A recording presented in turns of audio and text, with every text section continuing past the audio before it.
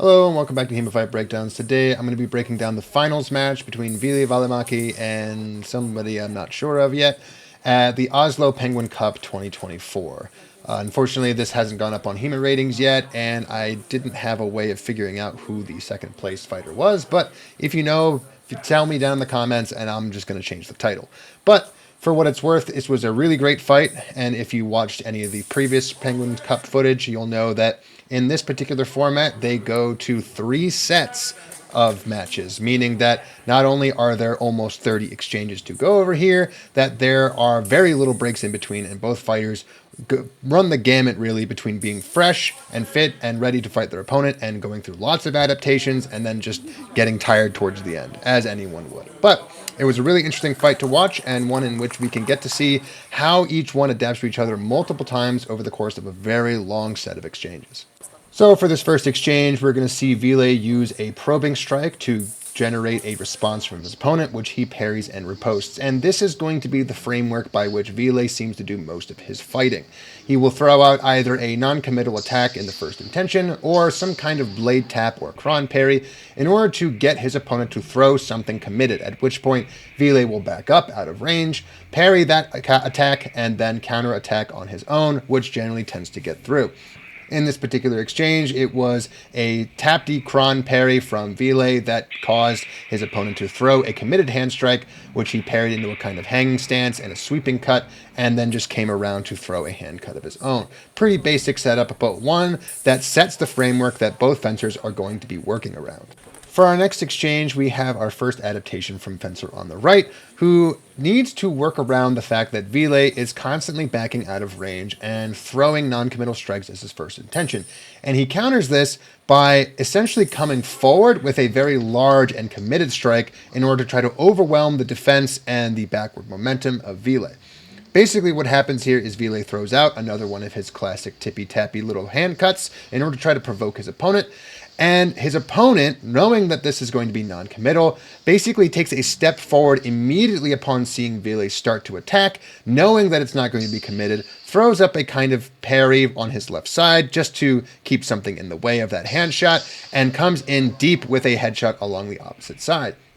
The reason this kind of thing can work is that if you know your opponent is not going to throw something too threatening, you can essentially use a stepping parry to take a step in, shortcutting a lot of the range and the distance that you would normally have to put up a good parry. But given that it's not very committed, you can reliably guarantee that that parry, as short and as quick as it's going to be, is going to be just enough to keep you safe, at which point you are now having your forward momentum committed, and you're going to be in a really good range to throw a follow-up strike to a deep target, which, worst case scenario, even if you got hit on the way in, might get you some points in the double and the afterblow.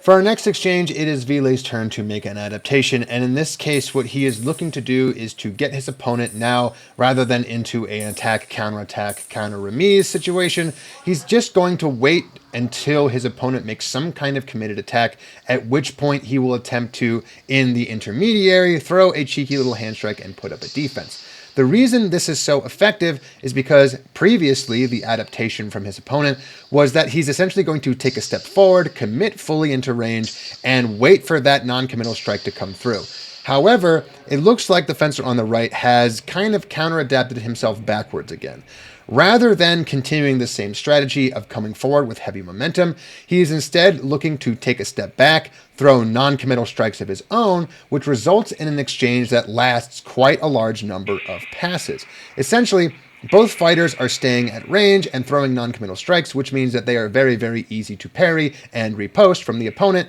leading to a situation where both tap each other back and forth 4, 5, or 6 times in a row.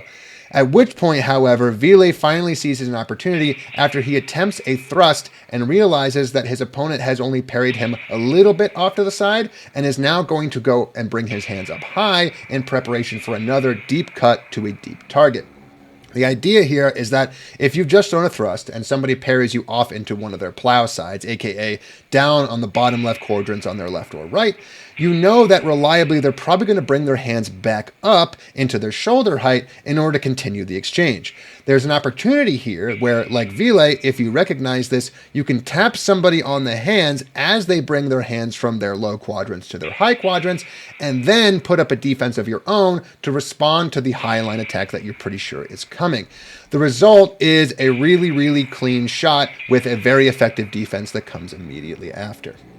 So we move now into the second set of exchanges. As you remember, this is going to be the best of 3 sets, meaning that the score is going to reset 2 times, and they're both going to have an opportunity to fight to the end multiple times. So we're going to see a lot of great adaptations. However, in this exchange, we see a little bit of a failed adaptation from Fencer on the right.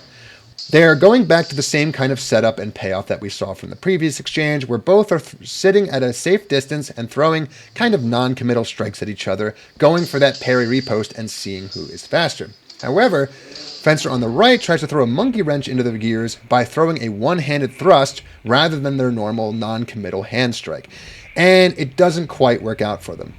The reason this doesn't quite work out is despite the fact that it was probably a good idea to throw a one-handed strike, they threw a one-handed thrust. And at the end of the day, a one-handed thrust is still a thrust and requires a pretty significant amount of forward momentum and commitment. So much so that when Ville parries this one-handed thrust up to the side, he is still in a really great position to throw the now committed counterattack to his opponent who is unable to get out of range. In my opinion, if this one-handed attack had been a cut to the leg, there's a better chance that the Fencer on the right would have subverted the expectations of defense from Ville and been able to get that tagging little hit and been able to get out of range, as Ville would have been really looking for that feeling of successful defense in order to launch his counterattack. By denying him that and going down for the leg, good chance the parry would have missed. He would have hesitated for a second, realizing that he got hit, and that would have given Fencer on the right all the opportunity he needed to get out of range and get his free point. Up next, we have not so much an adaptation, but a very unique execution of a technique that you don't see a lot in America at the very least. What we see here from this exchange is Fencer on the right throws a thrust, and Ville throws a very, very unusual style parry to sweep his blade off to his right side and come back in with, I guess you could call it like a low duplier to the head. The reason this is unusual is that when you're first learning HEMA, a lot of people tell you that the more emphasis you put into your parries, aka the harder you try to swing at your opponent's sword, the worse you're off. And they're often right, because if you swing really hard at your opponent's sword and their sword happens to not be there, well, you are in a very, very bad position, and you have now thrown your defense out the window to one side or the other, where you have no hope of coming back with an attack or a defense. But if you really 100% know for sure that your opponent is coming in that direction, you can do what Ville does here and sweep with the middle of your sword, not even the strong, off to one side and guarantee that if their attack wasn't quite committed or structured enough, you're going to put them in that very, very bad position. And the idea here is that if you can sweep your opponent's blade at the exact same time as you push all the way off to one side, you're both now in a situation where you have to race towards the center in order to get online. And because you are on the inside of their blade, you can simply turn that race to the center into a cut to the head, knowing for sure that if they try to defend themselves, they're never going to be able to race you there. And if they try to attack you, well, chances are they're going to have to hit something like an arm or a leg, and it's not going to be as valuable as the headshot that you're getting for free. Returning now to our cycle of adaptations, we see a grappling exchange. And as I've said in the past, grappling is one of the surefire ways to test your opponent to see whether or not they're an adequate grappler, because sometimes people don't train grappling so much, and if you throw a grapple exchange and they're not ready for it, you can get some pretty easy and free points. However, in this case, it looks like both fighters are very well adapted to grappling and had a game plan going in. So, Fencer on the right charges in with a very heavy ballistic thrust, which gets set off to the left side by Ville, at which point Ville uses a stiff arm technique to make sure that he can pivot his opponent's forward momentum off to his left side and open him up for a follow-up cut to the head. The reason this works is that when you charge in, you have a kind of decision to make. You can either disconnect your hands, take your offhand, shove it towards the sword hand of your opponent in an attempt to stop their counterattack, and then set up something for yourself, or you keep both hands on your sword and you stiff arm them. And usually, the person going forward has the advantage in the stiff arm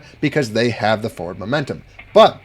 if you don't place your hands in the right spot when doing the stiff arm technique, you're going to end up being the one stiff-armed off to the side, and that's exactly what happened here. As Fencer on the right charged forward, his arms ended up on top of Ville's, which sometimes is a very advantageous position to be in, but when two people with both of their arms on their sword are coming at each other, the person with their arms best centered toward the center of gravity of their opponent is going to win, and in that case, this was Ville because his arms were lower. So, Ville gets the better stiff arm, he manages to pivot his opponent off to one side, his sword ends up between the arms of his opponent, which means that as he pivots off, he has no chance of defending himself from that sword, and he gets bopped on the head.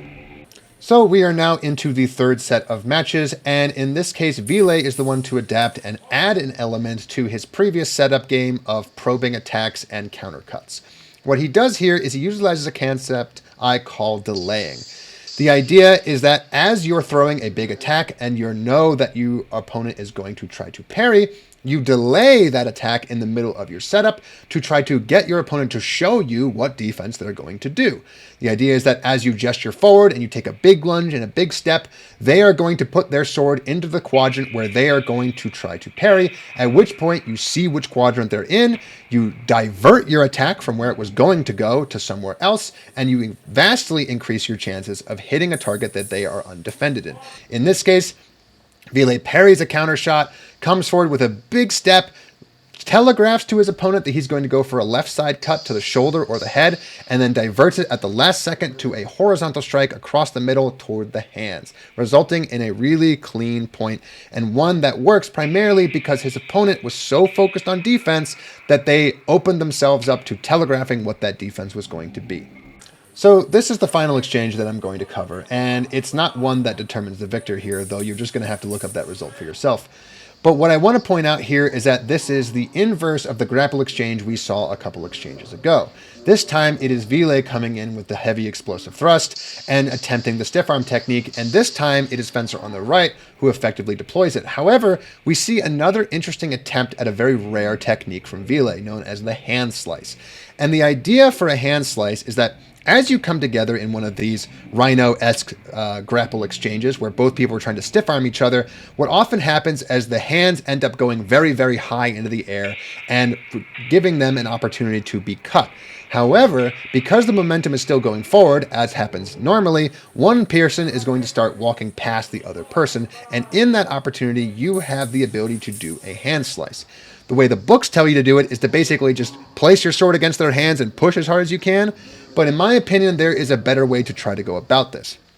What we see here from Ville is he does exactly what the books tell him to do. He places his sword against the hands of his opponents and he pushes as he walks past, and he does get a pretty decent slice, only to find that it did not offer any defense and he gets conked on the head as he exits. The reason this happens, in my opinion, is because when you're slicing the hands, what you have to be very careful to do is push your sword in the opposite direction that you think that attack is coming from. Ville was on the outside or the left side of his opponent's hands, and that attack ended up coming on the same line, meaning that he pushed his opponent's hands along the same direction that the attack was coming towards his head, and thus was unable to protect himself. If he had switched his sword to the other side of his opponent's hands, that hand slice would have been much more protected, as it would have meant that even if he had missed the hand slice, his hands would have still been up and his sword would have still been up in a good parry position. At the exact same time, if you are not in a position where you can just switch the side that your sword is on, as his here, what you can also do is push your slice up from underneath. The idea being here that if you watch this exchange, if Ville had simply let his wrists cave a little bit and put the strong of his blade on the underside of his opponent's wrist, he could have held it up in a kind of hang and parry that would have A, kept him safe from the counterattack coming towards his head, and B, allowed his opponents to drag his wrists down his sword. It's a pretty hard thing to pull off, and it's very rare for a reason, but I thought it was worth pointing out here. So, that is the last exchange I'm covering here. If you want to see the full fight, you can find it on YouTube. I'll put the link down in the description. And hopefully you can tell me who this fighter on the right is, because I feel bad not having their name in the title. But if you want to see more breakdowns like this, I will be back next week with more footage.